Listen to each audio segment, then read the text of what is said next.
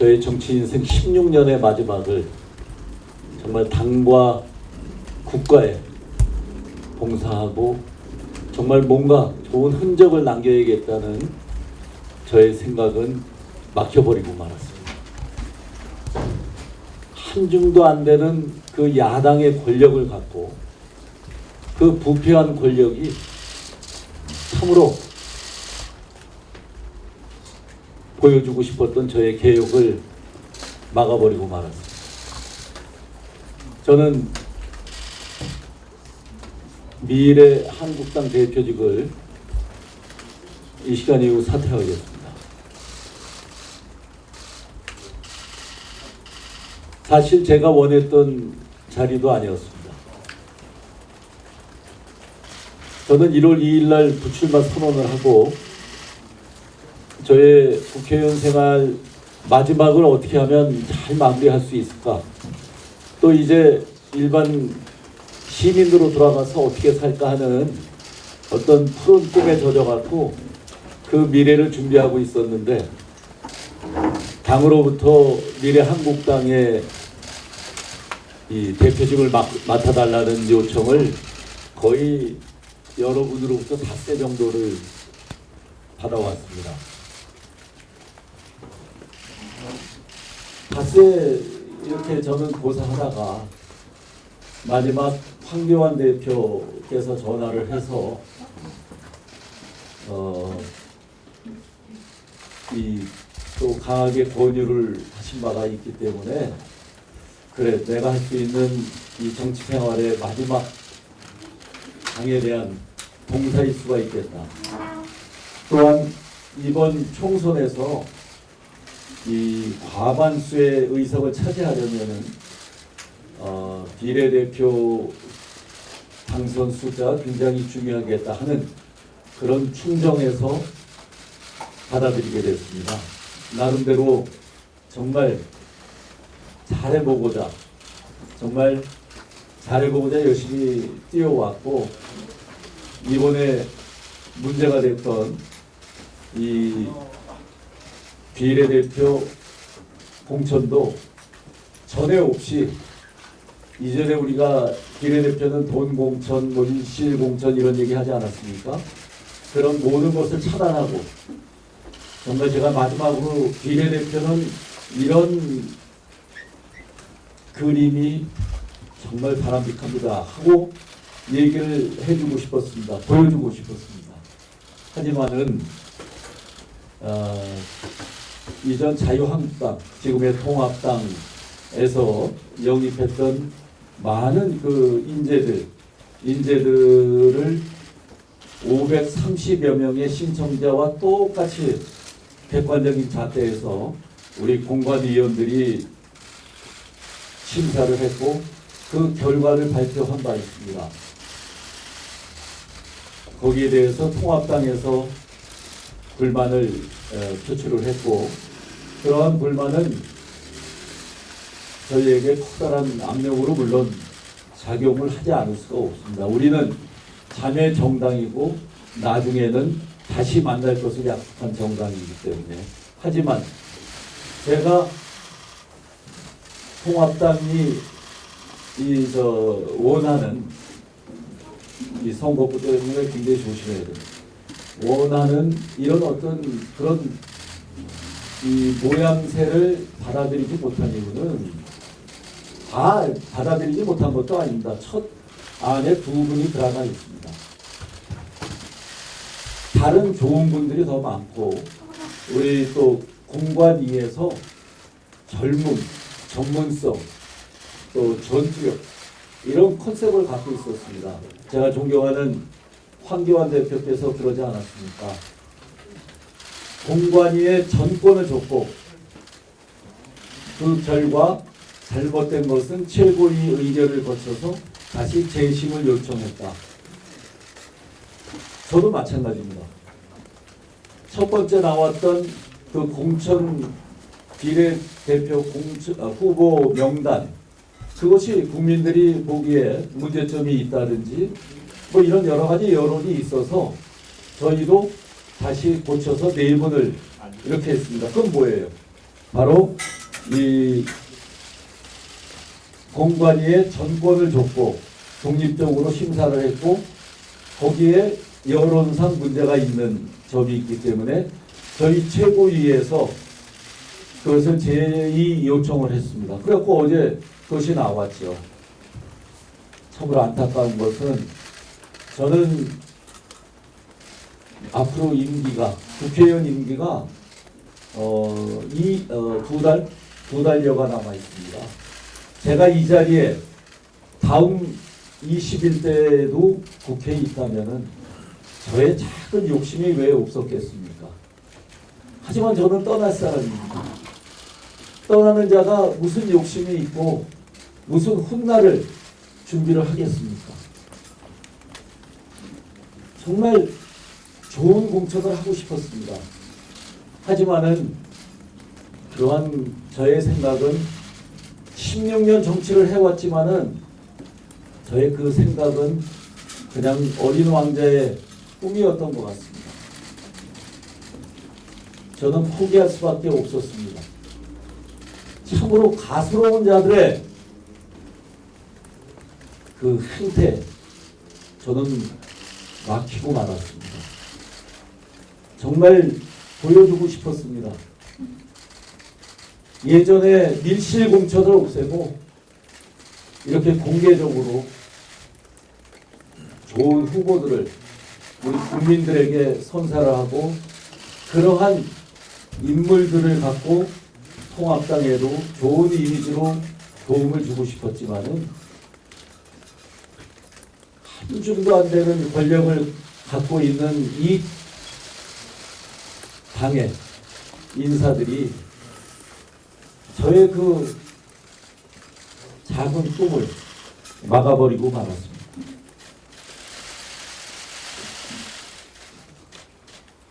좀 안타깝습니다. 저는 어젯밤에도 첫 번째 명단을 계속 보고 또 봤습니다. 참 잘한 공천이라고 저는 생각했습니다. 10번은 넘게 봤습니다. 괜찮은 공천이었습니다. 젊은 유튜버가 다른 유튜버에게 시기와 질투일지 몰라도 비난을 받을 때 좀 억울하겠다는 생각도 가졌습니다. 젊은 여자 변호사가 왜 1년도 안 되는 변호사 경력을 갖고 비례대표를 받을 수 있냐 이런 비난을 받을 때 저는 그 젊은 변호사가 참 억울하겠다 하고 생각했습니다. 저는 그 젊은 변호사, 여성 변호사를 만난 적은 없지만 유튜브 등 그분이 행했던 연설이라든지 토론, 고등학교 때 했던 토론 같은 것은 정말 백미입니다. 참 억울하겠다 그런 생각을 했습니다. 어떤 시각장애인은 어떤 그 댓글 같은 데 보니까 제 지인의 딸이라고도 나왔더라고요. 참 그 대학교 강사를 하던 분을 제가 이 판에 모셨는데 참 억울하겠다 하고 생각했습니다. 제 후배였던 신동호 아나운서는 앞으로 10년을 더 다닐 수 있는 그 좋은 직장 MBC를 버리고 문재인 좌파 정부로부터 적폐로 몰린 자신과 같은 처지에 놓인 이 언론인들을 대변하기 위해서 나왔는데 거기에 대해 또 여러 가지 얘기가 있으니까 참 억울하겠다 그렇게 생각했습니다. 안타까웠던 것은 윤주경 관장님입니다. 그분은 저도 공관위원장도 정말 맨 앞순위를 얘기해 오던 분이었는데 공관위원들 중에 젊은 위원들이 있었는데 그 윤주경 관장님이 지금 우리의 젊음과 전문성과 전투력에 좀 부족하지 않는가. 그래서 후순위로 밀렸다고 제가 설명을 들었어요. 내가 왜 이게 후순위냐고 물어봤을 때. 하지만 그들에게 독립적인 권한을 줬는데 당대표라고 그걸 바꿀 수가 없었습니다. 그분에게는 정말 죄송하고 지금도 미안하게 생각합니다. 저는 윤봉길 의사님 기념식에 과거 현역 아나운서 때 매년 가서 사회를 자원봉사로 봐주던 그런 사람입니다. 정말 많은 분들이 억울하겠다는 생각을 가졌습니다. 어제 교체가 됐던 네 분은 또 얼마나 억울하겠습니까? 하지만 국민들이 많이 걱정하고 특별히 보수 우파를 지지하는 많은 지지자들이 걱정하시기 때문에 우리 공관위원장을 아침부터 밤까지 설득을 해갖고 교체를 했습니다. 그 공관위원장은 얼마나 억울하겠습니까? 그 양반이 이전에 한 번이라도 본 사람은 거기에 없습니다. 그래서 고쳤는데 이제는 그것도 다 필요 없다 하고 저는 오늘 60분 가까이 투표에 참석했는데 그분 중에 13분만 찬성표를 던져주셨습니다. 참으로 소중하죠. 그분들 중에 아마 계실 것 같은데 오전 11시 좀 넘어서 한 분은 1시쯤 다 돼서 이동 중에 있는데 저에게 전화를 해주셨습니다. 이렇게 하라고 하는 사람이 있는데 준비가 되셨나요? 그래서 예, 준비됐습니다. 그랬습니다. 저는 오늘 이 자리도 며칠 전부터 준비를 해왔습니다. 그 가소로운 자들이 그것도 권력이라고 자기의 직근을 갖다 박으려고 그런 모습들에 저는 물러서기 싫었습니다. 내가 16년 국회의원 생활을 하면서 물러남에 있어서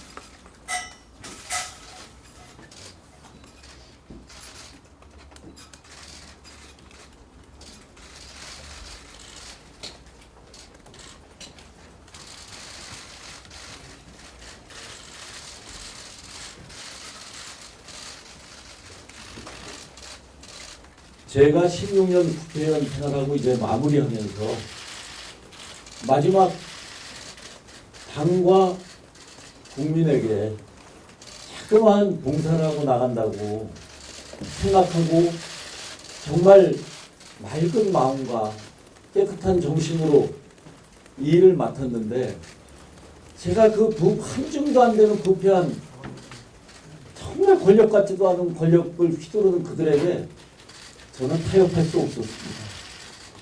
그래서 11시, 1시에 받았던 저를 염려해 주는 당원분의 그 염려 속에서도 저는 오늘 선거인단 투표를 강행했습니다. 이 자리는 아까도 말씀드렸지만 2, 3일 전부터 준비는 해왔습니다. 이렇게 기자회견 할 것이라고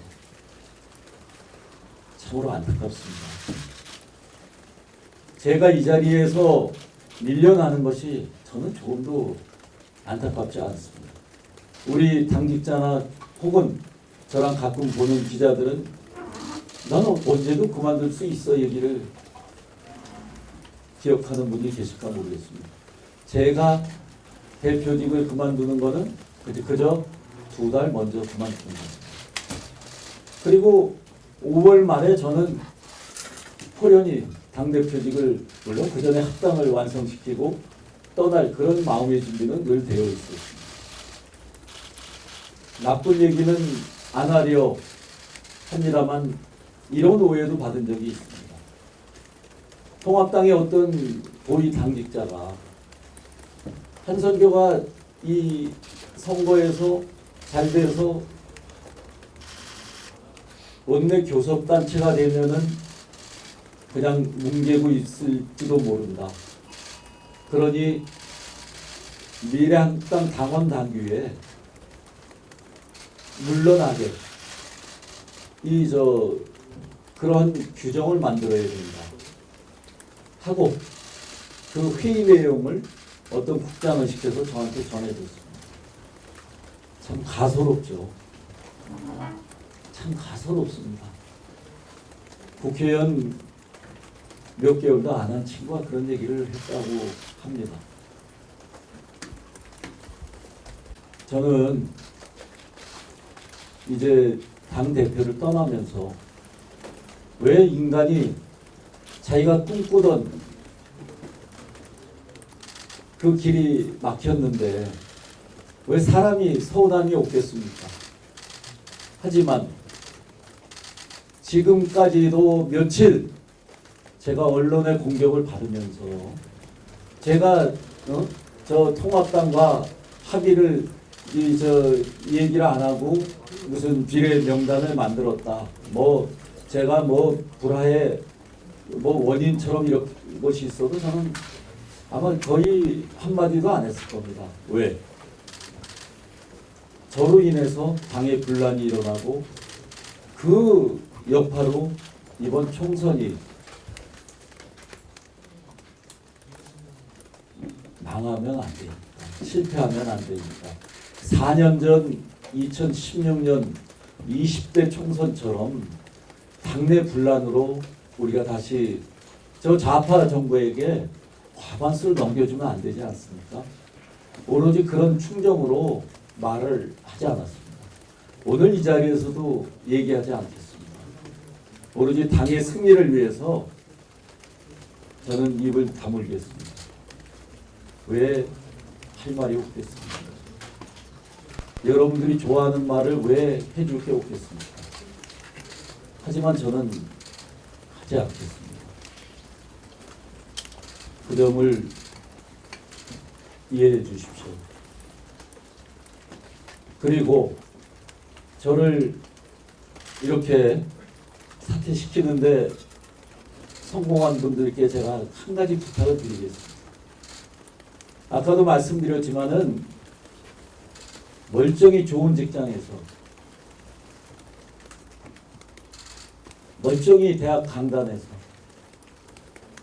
멀쩡히 좋은 자리에서 이 일을 해오던 분들을 제가 한 분 한 분 찾아가서 진짜 어떤 분은 6분을 찾아갔고요. 3번 찾아간 거는 그냥 보통입니다.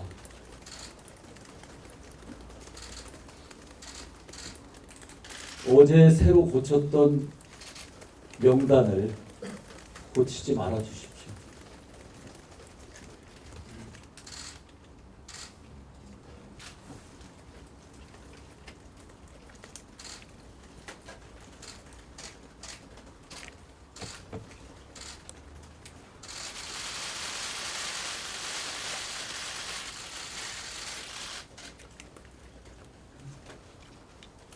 그건 고치면 안 됩니다. 한 번 더 부탁드리겠습니다. 그 명단은 고치면 안 됩니다. 지금도 어떤 세력들은 자기들이 정치적 이유 때문에 끼워넣고 싶은 인사들이 있습니다. 제가 4월 15일까지는 얘기를 안 합니다. 그분 적어도 20번 안에 들어가는 명단은 정말 바꾸면 안 돼요. 그것까지 바꾼다면은 저는 가만히 있지는 않을 겁니다. 그분들은 자기 가족이 말리는데도, 자기 직장이 말리는데도 저를 믿고 이 자리까지 온 것입니다.